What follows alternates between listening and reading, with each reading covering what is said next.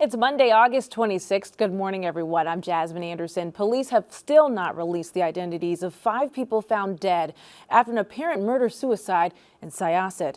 Police say a man killed 4 people inside a home here on Wyoming Court yesterday, then shot and killed himself on the front lawn. A local real estate agent tells us she was at the home yesterday for an appointment with the family after their 95-year-old mom, who lived there, died. A search for what led to a deadly chain reaction crash in Lynbrook that killed an Uber driver and left 2 other people fighting for their lives. Police say the 70-year-old Uber driver was killed yesterday morning on Sunrise Highway. We're told the car he was driving crashed into another car, which then collided with a party bus. At last check, the Uber passenger and the driver of the other car were in critical condition. A retired Bayshore teacher is due back in court today, facing child pornography charges. In June, prosecutors said 75-year-old Thomas Bernagozzi had nude photos of former male students in his Babylon home. Bernagozzi is also charged with sexually abusing 2 other former students. Help is on the way. A federal emergency declaration has been issued for Suffolk County to aid disaster relief efforts. President Biden's declaration opens up a path for federal money to be available. Last week's storms caused severe damage in portions of northern Suffolk, flooding homes and destroying infrastructure. Photojournalist Kendall Rodriguez takes a look at one hard-hit neighborhood in Rocky Point.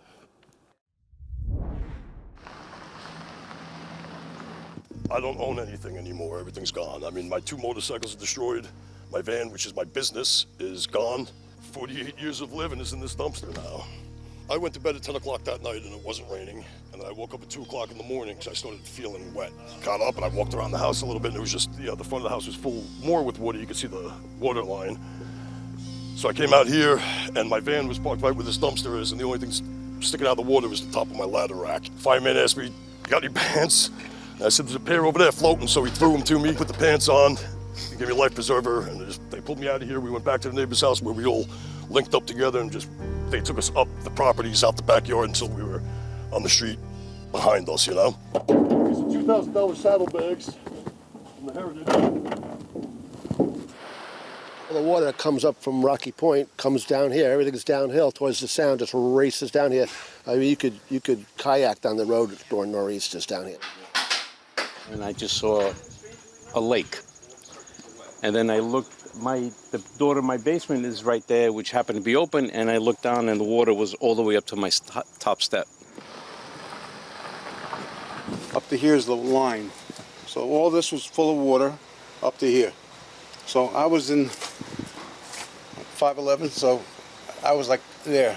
I'm sort of still traumatized, I believe. Every once in a while I get very emotional when I pick something up that reminds me of my family from Rhode Island, my family in New York, and I get very teary-eyed. That's because of my age also, but my wife is very emotional, and she makes me emotional also. And every once in a while we just have to hug each other. Even now I'm getting choked up. Just thinking about it, I'm getting choked up.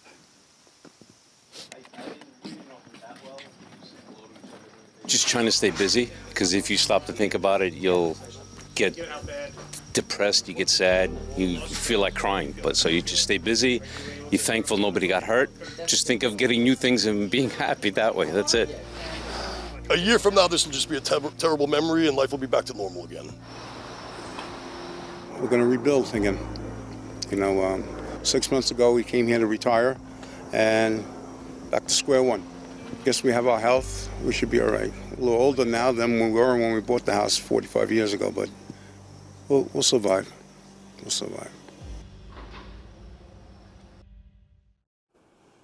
Just devastating. That was photojournalist Kendall Rodriguez. Read more about the storm recovery on Newsday.com. Click Get More below the Newsday TV video box. More salt water is seeping into the island's drinking water. A new DEC study found some local drinking wells are becoming spoiled with seawater. Researchers say when large amounts of groundwater are pumped out, salt water from offshore is drawn into the aquifer. Check your refrigerator. Walmart is recalling nearly 10,000 cases of great value apple juice. The recall, due to potentially harmful levels of inorganic arsenic, applies to 8-ounce juice containers sold in 25 states, including here in New York. Aaron Judge continues to chase history. Judge, can they go back to back? High fly ball, right field. Cave back. He's on the track. He's at the wall.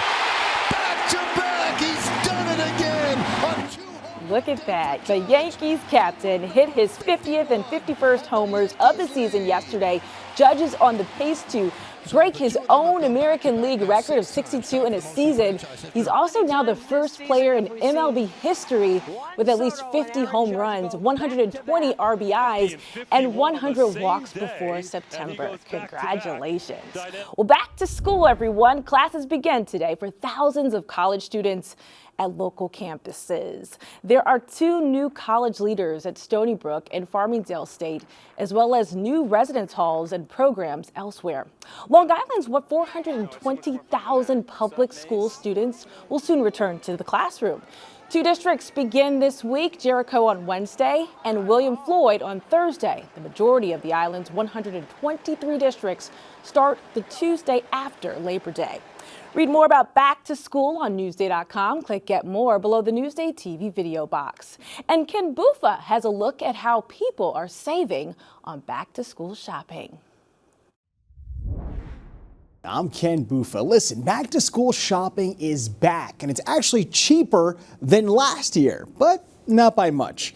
Check it out. A survey finds that families will spend an average of $586 per child on back to school items this year, which is actually $11 cheaper than last year. Joining us now is Lupin Skelly, retail research leader at Deloitte. And Lupin, how are parents handling back to school spending? Yeah, well, $586 is certainly a lot of money, and parents are telling us that they're kind of in this balancing act. They're having to deal with higher cost of living expenses while also kind of shelling out this money for these back to school necessities. And then they're also looking to keep a little wiggle room in the budget for kind of the fun must-have items, whether that's the new pair of shoes or the hot water bottle. Wow, and what are some ways parents are saving while shopping? Yeah, we're definitely hearing that people are looking for deals and value. One of the big changes we've seen in the last 2 years are families shopping much earlier. So the bulk of the budget's happening, or the spend is happening in July. And part of that is retailers have trained consumers to kind of look for those early deals. We're also seeing people purchase more private labels. So 50% of families were looking to buy private label versus 36% last year. And my last question for you, are parents also getting a little something for themselves while they're out shopping for their kids? Yeah, I think this is one of the most fascinating data points that we saw this year. But, you know, parents are saying, hey, I'm really focused on my budget. But they didn't admit that, you know, they would be willing to purchase something for themselves. So half of our survey respondents said they would be looking for something to treat themselves. I think a lot of that is just like a reward for all of the effort and, you know, money they're shelling out. Must be nice. Get a little something for yourself while also getting that list checked off. Thank you so much, Lupin Skelly, Deloitte Retail Research Leader. And you can read more about back to school trends. Just go to Newsday.com. Click Get More below the Newsday TV video box. A Long Island Railroad worker fired after testing positive for marijuana is back to work and fighting for back pay. Alfonso Castillo has a story you'll see only in Newsday. 2 years after losing his job for testing positive for marijuana, a Long Island Railroad electrician is now back to work. But his union's fight against the railroad and its drug testing policy is far from over. You're happy to hear that you're able to return back to work. But at the same time, I was very blown away by the decision not to make me whole. Last year, Newsday brought you the story of Darren Drew and Ronald Dolchenko, both LIRR electricians out of their jobs after testing positive for marijuana metabolites upon returning to work from extended medical leaves. Both men deny ever having used marijuana and believe medications they were taking triggered false positives. They take you out of work right away, and then they give you a waiver that says, if you sign this, we're going to give you a 6-month suspension. If you don't sign it, you go to trial. Dolchenko opted to retire rather than risk punishment. Drew went to trial, lost, and was fired. A year later, there are new developments in both men's cases. A federal judge dismissed a lawsuit filed by Dolchenko against the railroad, saying it wasn't the right venue to hear the case. It was another dagger in the heart. And an arbitrator ruled Drew should get his job back, but no back pay for the 22 months he was out of work. Drew, who returned to work in March, takes issue with the arbitrator, claiming he showed no remorse. Why would I show remorse for something that I didn't do?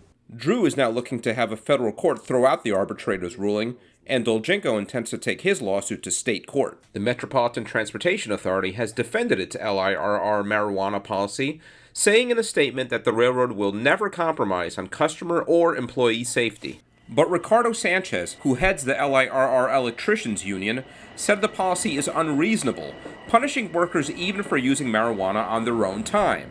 The railroad hasn't budged in its policy, even after New York State legalized recreational pot use in 2021. It's not for the greater good.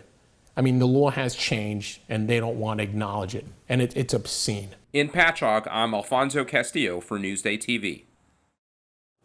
Alfonso, thank you. Read more about this story on Newsday.com. Click Get More below the NewsdayTV video box.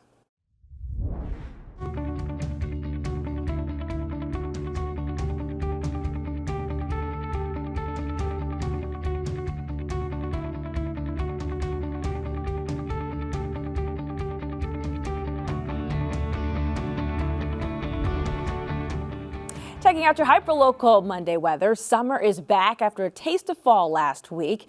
Here's a look outside at Atlantic Avenue Beach in Amagansett. We're watching scattered showers and thunderstorms this afternoon. Checking out your day planner, a mix of sun and clouds today, highs around 80 degrees. We cool off in the evening.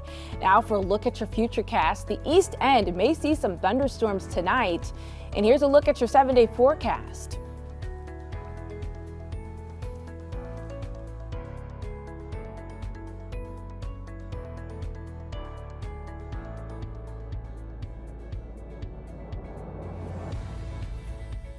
Long Island weather is brought to you by PTRC. I'm Jasmine Anderson. Have a happy Monday. Thank you so much for watching.